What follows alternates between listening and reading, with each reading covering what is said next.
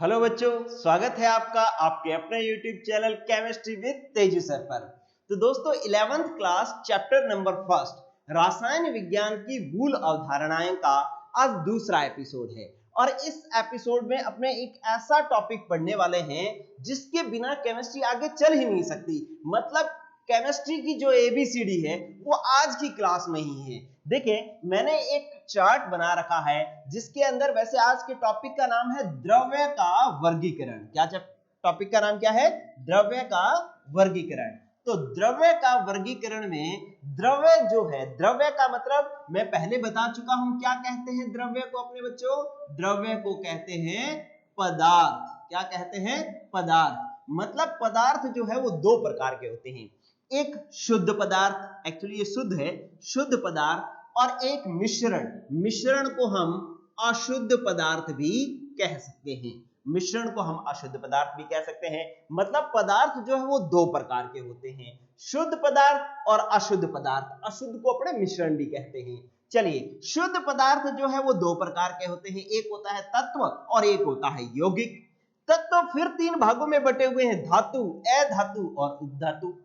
इधर जो मिश्रण है वो दो भागों में बटा हुआ है, समांगी मिश्रण और विषमांगी मिश्रण। तो जब हम पूरे साल केमिस्ट्री पढ़ेंगे तो रोजाना ऐसे ही शब्द आएंगे। मैं बार बार कभी बोलूंगा तत्व, कभी बोलूंगा यौगिक, कभी बोलूंगा अधातु, अधातु, उपधातु, मिश्रण, समांगी मिश्रण, विषमांगी मिश्रण। मतलब ऐसे ही शब्दों पर केमिस्ट्री चलेगी। तो इसका मतलब इन शब्दों को सीखना बहुत ही ज्यादा जरूरी है कि तत्व क्या है, यौगिक क्या है, समांगी, विषमांगी, ये सारे मिश्रण क्या है, इनको जानना बेहद जरूरी है। चलिए शुरू करते हैं अपने इस चार्ट को समझना। पहले जानते हैं कि शुद्ध पदार्थ क्या होते हैं। शुद्ध पदार्थ क्या होते हैं? देखो बच्चों, शुद्ध पदार्थ अगर मैं आपको कहूं कि आपको कुछ नहीं आता, मैंने कुछ नहीं पढ़ाया, तो क्या आप शुद्ध पदार्थ बता सकते हो कि शुद्ध पदार्थ किसको कहेंगे? जिसमें कुछ और ना मिला हो, जिसका संगठन निश्चित हो, उसी को अपने क्या कहते हैं? शुद्ध पदार्थ कहते हैं। तो वह पदार्थ जिसका संगठन जो है, संगठन कैसा हो बच्चों? संगठन हो निश्चित और जिसमें कोई अन्य पदार्थ ना मिला हो, कोई अन्य पदार्थ ना मिला हो, ना मिला हो, उसे जो है उसे अपने शुद्ध पदार्थ कहते हैं। उसे क्या कहते हैं बच्चों? शुद्ध पदार्थ कहते हैं। ठीक है, तो क्या हो गया कि वह पदार्थ जिसका संगठन कैसा हो? निश्चित हो। संगठन में कोई परिवर्तन नहीं होना चाहिए। संगठन का मतलब होता है जो जिस पदार्थ से वो बना है वही होना चाहिए, उसके अंदर और कुछ भी ना मिला हो। तो जिसका संगठन निश्चित हो, कोई अन्य पदार्थ ना मिला हो, तो उसे अपने शुद्ध पदार्थ कहते हैं। ठीक है, चलिए अब शुद्ध पदार्थ कौन सा था? पहला नंबर शुद्ध पदार्थ था हमारे पास तत्व। कौन सा था? तत्व। देखिए बच्चों, तत्व क्या होता है?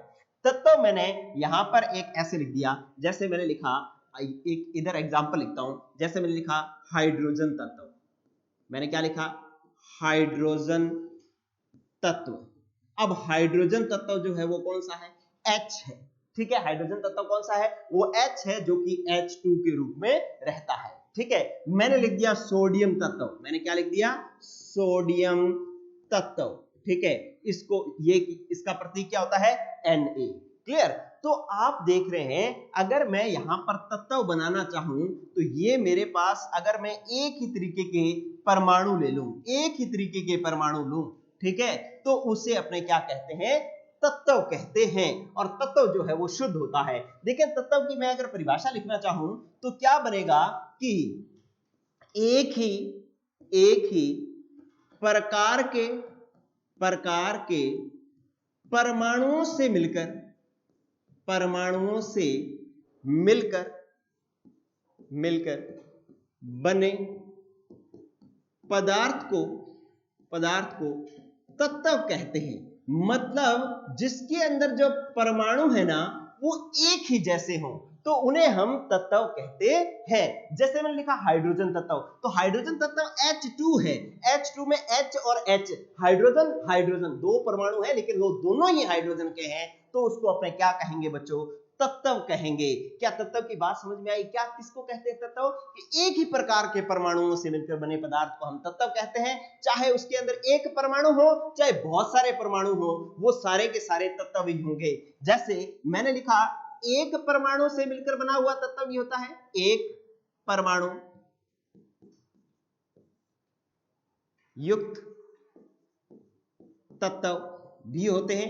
जैसे मैं लिख दिया हीलियम, मैं लिख दिया आर्गन, मैं लिख दिया सोडियम, मैंने लिख दिया कॉपर, मैंने लिख दिया मरकरी, ठीक है, Hg। क्लियर? तो ये सारे के सारे एक हीलियम अकेला तत्व है, आर्गन अकेला, सोडियम अकेला, कॉपर अकेला, Hg अकेला, ठीक है। तो ये तत्व है क्योंकि एक ही प्रकार का परमाणु है। क्लियर? अब मैंने लिखा एक से अधिक प्रकार के परमाणु, एक से अधिक प्रकार के परमाणुओं से मिलकर भी बना हो सकता है। एक से अधिक प्रकार के परमाणुओं से मिलकर भी तत्व बनते हैं। जैसे क्या होगा कि मैंने लिखा, कोई एक एग्जांपल लिख दिया, मैंने लिख दिया S8, मैं लिख दिया O2, मैं लिख दिया N2, मैं लिख दिया P4। आप देखें S8 एक सल्फर तत्व है। S8 क्या है? सल्फर तत्व है, जिसके अंदर सल्फर के 8 परमाणु हैं, लेकिन परमाणु सारे के सारे एक ही प्रकार के हैं। ठीक है, तत्व के लिए शर्त क्या है? एक ही प्रकार के परमाणु होने चाहिए, अलग प्रकार का कोई परमाणु नहीं होना चाहिए। क्या अगर मैंने लिख दिया H2O, कोई बताएगा कि ये तत्व है कि नहीं है? नहीं, ये एक तत्व नहीं है। ठीक है, ये एक तत्व नहीं है क्योंकि इसमें दो प्रकार के परमाणु आ गए, एक तो हाइड्रोजन और एक ऑक्सीजन, तो ये तत्व नहीं है।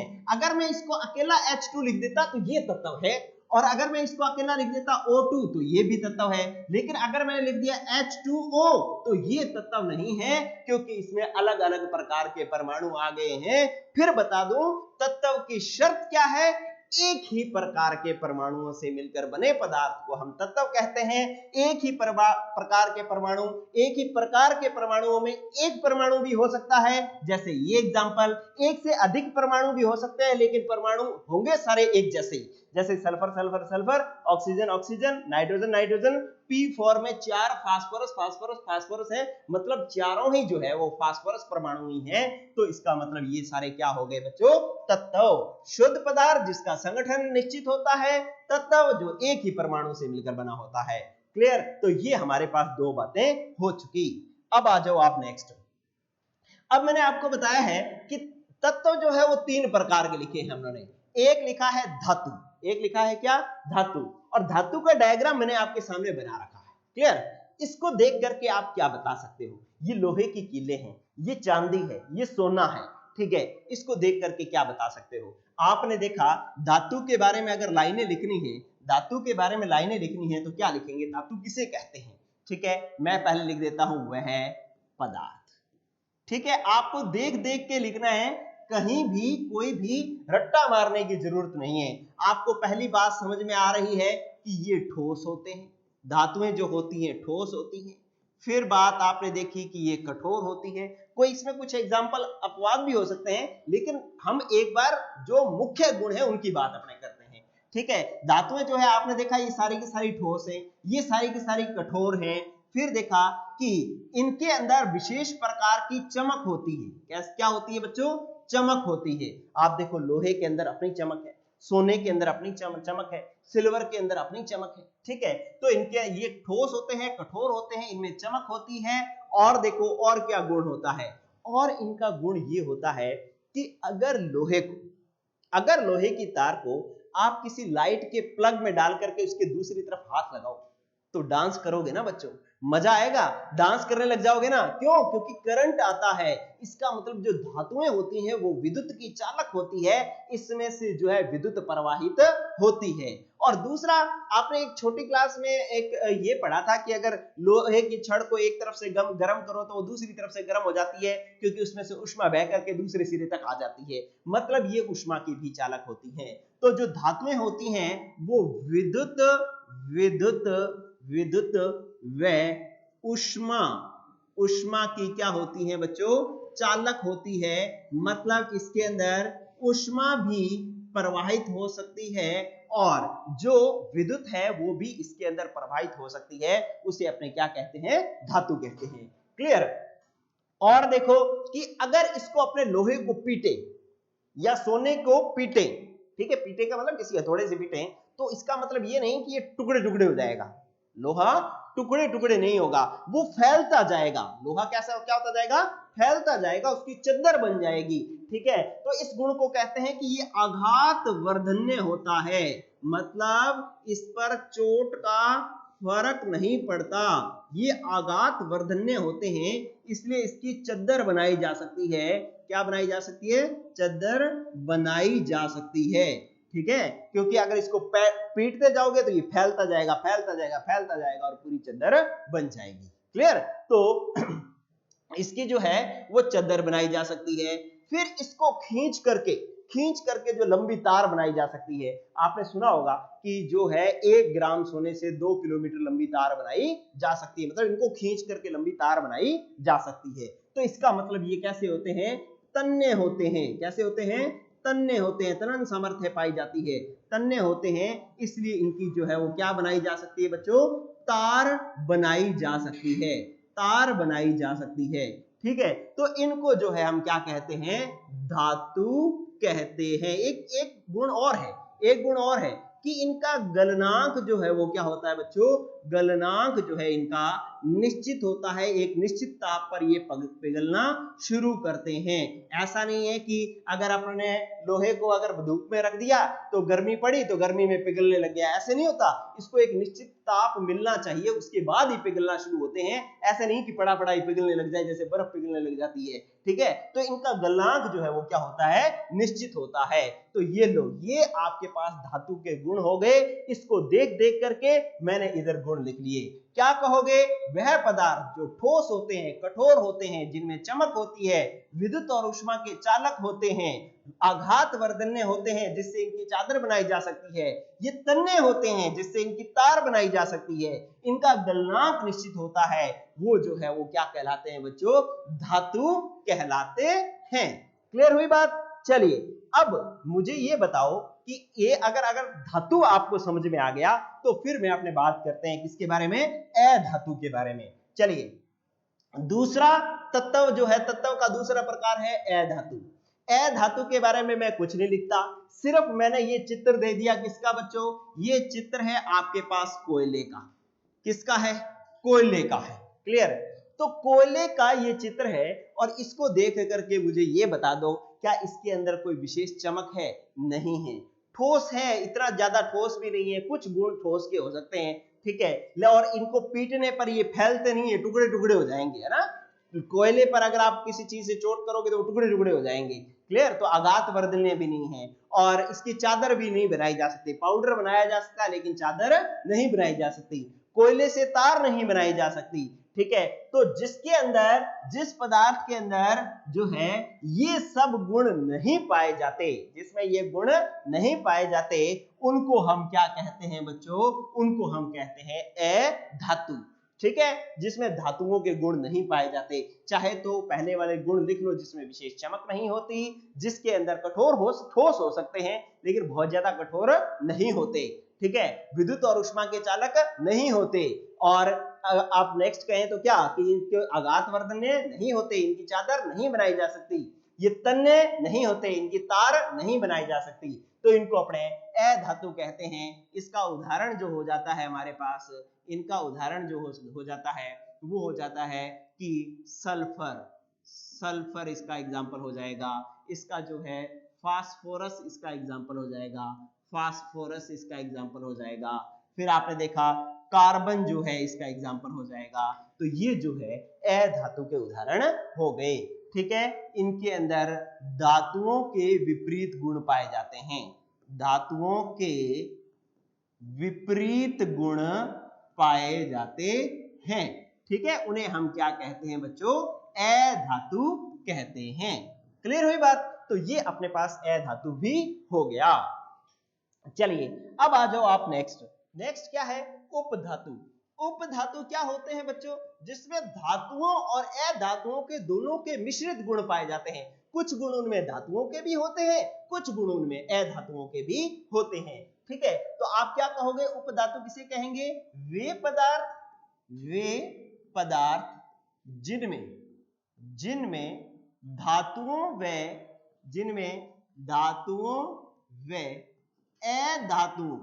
अधातुओं के मिश्रित गुण पाए जाते हैं, मिश्रित गुण पाए जाते हैं, उन्हें उपधातु कहा जाता है, ठीक है। तो उपधातु कौन से हो गए बच्चों? जिसके अंदर कुछ गुण धातुओं के पाए जाते हैं और कुछ गुण जो है वो अधातुओं के पाए जाते हैं। अब उदाहरण जो है ये सारे लिखे हुए हैं, जैसे boron, silicon, germanium, arsenic, antimony, tellurium, ये जो एग्जाम्पल है वो किसके हैं बच्चों? अधातु के एग्जाम्पल है। क्लियर होगी बात? चले आगे देखो, इसके बाद अपने बात करते हैं यौगिक। देखो, जो शुद्ध पदार्थ थे, शुद्ध पदार्थ एक तत्व था, एक यौगिक थे। तत्व के 3 प्रकार थे, वो हमने पूरे कर लिए। अब दूसरा क्या है? यौगिक। यौगिक ये मैंने लिख रखे 2 एग्जाम्पल, ठीक है, ये डायग्राम बना रखा है। पहला किसका है? 2 हाइड्रोजन है, 1 ऑक्सीजन है, मतलब ये क्या हो गया? H2O, ठीक है। ये है कार्बन डाइऑक्साइड, मतलब CO2, ठीक है। अगर मैं इसके अंदर तत्वों की बात करूं तो इसके अंदर एक हाइड्रोजन तत्व है और एक ऑक्सीजन तत्व है। 2 प्रकार के तत्व है, हाइड्रोजन है और ऑक्सीजन है। और इस उदाहरण के अंदर एक कार्बन है और ऑक्सीजन है, अगर मैं इनके अनुपात की बात करूं, तो इसके अंदर हाइड्रोजन 2 है और ऑक्सीजन 1 है, तो 2:1 हो गया। और इसके अंदर कार्बन 1 है तो कार्बन का अनुपात 1, ऑक्सीजन 2 है तो अनुपात हो गया 2। क्लियर? तो जो जल है H2O, इसका अनुपात 2:1 होता है और कार्बन डाइऑक्साइड में कार्बन और ऑक्सीजन का अनुपात 1:2 होता है। अगर मैं ऐसा कर दूं बच्चों, कि इस H2O को मैं ऐसे लिख दूं H2O2, तब हाइड्रोजन और ऑक्सीजन का अनुपात 2:2 या हम कहें 1:1 हो गया। तो ये H2O2 जल है क्या? नहीं, ये जल नहीं है, ये अलग प्रकार का यौगिक हो गया, हाइड्रोजन परऑक्साइड जिसका नाम है। मतलब जिसका अनुपात हाइड्रोजन और ऑक्सीजन का अनुपात 2:1 होगा, जल वही होगा। अगर अनुपात बदल गया तो वो फिर जल नहीं होगा, वो कोई और प्रकार का यौगिक बन जाएगा, ठीक है। तो आप देखें, अगर आपने ये यौगिक का अगर डेफिनेशन जाननी चाहते हो, तो ये जो एग्जाम्पल मैंने बनाए हैं, इन एग्जाम्पल से आपकी बात बन सकती है। कैसे? आप क्या कहोगे? यौगिक वे होते हैं जो 2 या 2 से अधिक भिन्न तत्वों से मिलकर बने होते हैं। भिन्न तत्व जैसे मान लो एक हाइड्रोजन है, एक ऑक्सीजन है, अलग अलग तत्व होने चाहिए, एक जैसे तत्व नहीं होने चाहिए। अगर मैंने लिख दिया H2, तो ये यौगिक है क्या? नहीं, ये यौगिक नहीं है। क्यों? क्योंकि इसके अंदर भिन्न तत्व नहीं है, इसमें तो दोनों ही तत्व हाइड्रोजन है, इसलिए ये यौगिक नहीं है। तो इसका मतलब यौगिक के अंदर क्या होने चाहिए? भिन्न तत्व होने चाहिए, और उनका जो है निश्चित अनुपात होना चाहिए, उनको अपने यौगिक कहते हैं। क्या कहेंगे अपने? 2 या 2 से अधिक क्या तत्वों, 2 या 2 से अधिक भिन्न तत्वों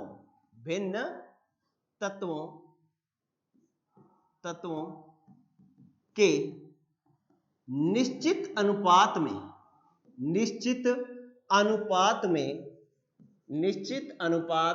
में संयोग पर यौगिक का निर्माण होता है। निश्चित अनुपात में संयोग करने पर यौगिक का निर्माण होता है। ठीक है बच्चों, तो ये जो है यौगिक हो गया कि यौगिक का निर्माण कब होता है? जब 2 या 2 से अधिक तत्व हो और वो भिन्न होने चाहिए। कैसे होने चाहिए? अलग अलग होने चाहिए और निश्चित अनुपात में संयोग करने चाहिए। उनको हम जो है वो क्या कहते हैं? यौगिक कहते हैं। एक बात अगर आप इसको देखो तो एक चीज समझ में आ रही है क्या? देखें क्या है इसके अंदर कि जो ये तत्व है, जैसे ऑक्सीजन के अंदर साथ हाइड्रोजन जुड़ा हुआ है, दिख रहा है ना? ये देखो, ऑक्सीजन के साथ हाइड्रोजन जुड़ा हुआ है। तो ऐसा नहीं कि मैं भौतिक रूप से ऐसे नहीं कर सकता कि हाइड्रोजन उठा करके अलग कर लूं, ऐसा नहीं कर सकता।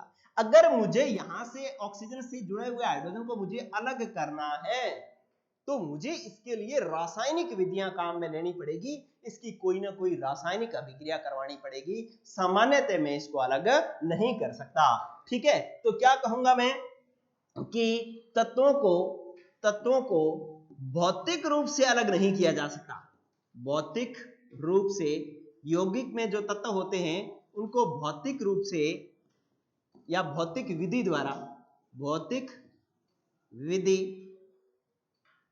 द्वारा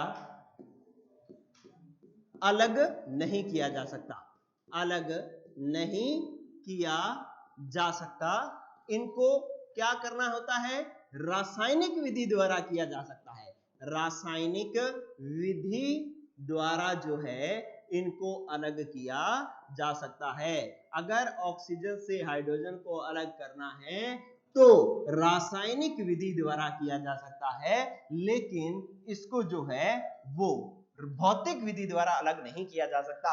मतलब समझना कि मैं चाहूं कि इस H2O में हाइड्रोजन को उठा करके अलग करना चाहूं या ऑक्सीजन को उठा करके अलग करना चाहूं तो मैं ऐसे नहीं कर सकता कि इसको उठा करके अलग कर लूं। नो, ऐसा नहीं हो सकता। अगर इसको अलग करना है तो कोई ना कोई रासायनिक अभिक्रिया करवानी पड़ेगी। मैं इसमें से कार्बन को उठा करके अलग करना चाहूं तो कोई ना कोई रासायनिक अभिक्रिया करवानी पड़ेगी। ऐसा नहीं होगा कि मैं इसको सीधा जाकर के उठा करके अलग कर लूं। ठीक है, तो ये आपके पास यौगिक हो गया कि दो या दो से अधिक भिन्न तत्वों से मिलकर बना यौगिक जिसको निश्चित अनुपात में जब संयोग करता है तो जो है इनका अनुपात भी जो है निश्चित होना चाहिए। ध्यान रखना, ऐसा नहीं कि इसको 1 कर दो इसको 2 कर दो, ये हो जाएगा तो यौगिक अलग हो जाएगा। क्लियर? तो यौगिक का निर्माण होता है, यौगिकों में जो तत्व होते हैं उनको भौतिक रूप से अलग नहीं किया जा सकता, इनको रासायनिक विधि द्वारा ही अलग किया जा सकता है। क्लियर? आपको नोट करने की जरूरत नहीं है, पीडीएफ आपको मिल जाएगी। ठीक है, आप सिर्फ वीडियो के नीचे कमेंट करना, कमेंट जो है कमेंट के अंदर जो है मैं आपको व्हाट्सएप ग्रुप का लिंक भेज दूंगा। चलिए फिर अपने पास आ रहा है मिश्रण, दूसरे प्रकार का पदार्थ है। अब मिश्रण मैंने आपको इसका दूसरा क्या बोला था कि ये कैसा है, अशुद्ध पदार्थ। कैसा है? अशुद्ध पदार्थ। अशुद्ध पदार्थ कौन सा होगा? जिसके अंदर कोई ना कोई अशुद्धि मिली होगी, वही तो होगा ना अशुद्ध पदार्थ। ठीक है, तो किसी पदार्थ में कि दो या दो से अधिक तत्वों या यौगिकों को परस्पर किसी भी अनुपात में मिला दें, किसी भी अनुपात में मिलाने पर मिश्रण का निर्माण होता है। मिश्रण का निर्माण होता है जिसे हम क्या कहते हैं? अशुद्ध पदार्थ भी कहते हैं। मान लो दो तत्वों को या दो यौगिकों को आपस में किसी भी अनुपात में मिला दें। जैसे मैंने ये जैम का एग्जांपल ले रखा है, इसके अंदर रेड वाली गोलियां जो है वो मैं ज्यादा कर दूं, ग्रीन वाली कम कर दूं, येलो वाली ज्यादा कर दूं, ग्रीन वाली कम कर दूं, ऐसा कुछ भी संख्या बढ़ा कर दूं, लेकिन इनको मिक्स कर दूं तो ये मेरे पास क्या बन जाएगा? मिश्रण बन जाएगा। क्लियर? तो मिश्रण क्या होगा? दो या दो से अधिक तत्व होने चाहिए या दो या दो से अधिक यौगिक होने चाहिए, उनको हम आपस में मिला दें किसी भी अनुपात में। शुद्ध पदार्थ जितने भी थे उनके अंदर अनुपात निश्चित होना चाहिए था, लेकिन यहां पर अनुपात निश्चित होना कोई जरूरी नहीं है। कैसे भी, मान लो मैंने 20 रेड मिला दी, 3 ब्लू मिला दी, 5 ग्रीन जो है ये गोलियां मिला दी, तो मिश्रण जो बन गया वो हमारे पास मिश्रण हो जाएगा। देखें, अब बात करते हैं अपने मिश्रण जो है वो दो प्रकार के होते हैं, एक समांगी और एक विषमांगी। समांगी मिश्रण को आप ये एग्जांपल देखो, इसके अंदर सभी जो पार्ट्स है इसके अंदर दो तरीके के अवयव हैं, एक ग्रीन वाले और एक रेड वाले। ठीक है, और इसका देखो ये समान रूप से मिश्रित है, समान रूप से देखो रेड ग्रीन समान रूप से मिश्रित है। तो इनका जो है इसका मतलब है संगठन जो है इसका क्या है? संगठन जो है वो प्रत्येक स्थान पर समान है। संगठन कैसा है बच्चों? संगठन जो है वो कैसा है? समान है। और इनके गुण भी जो है वो क्या है? गुण भी क्या है? समान है। ठीक है, और इनको संगठन भी समान है, गुण भी समान है, और इनको जो है क्या अपने इनकी जो है कोई भौतिक सीमा भी नहीं है, इनकी कोई भौतिक सीमा नहीं हो। उसको अपने समांगी मिश्रण कहते हैं। जैसे अपने पानी के अंदर शक्कर मिलाई, तो शक्कर और पानी जब आपस में मिल गए तो अब इसका संगठन भी समान है, इसके सब जगह गुण भी समान है। चाहे गिलास में कहीं भी देख लो, गुण क्या है, एक जैसे हैं, तो गुण भी समान है। और शक्कर और पानी के अंदर कहीं अलग अलग कोई सीमा भी नहीं है, तो उसको जो है अपने क्या कहते हैं, समांगी मिश्रण कहते हैं। तो वह मिश्रण जिसका संगठन समान हो, प्रत्येक स्थान पर गुण समान हो और कोई भी भौतिक सीमा ना हो, उसको अपने समांगी मिश्रण कहते हैं। उदाहरण हवा होगी, स्टील हो गया, शराब के अंदर आप पानी मिलाते हो वो भी हो जाएगा इसका एग्जांपल, बारिश होगी, ये सारे एग्जांपल हो जाएंगे।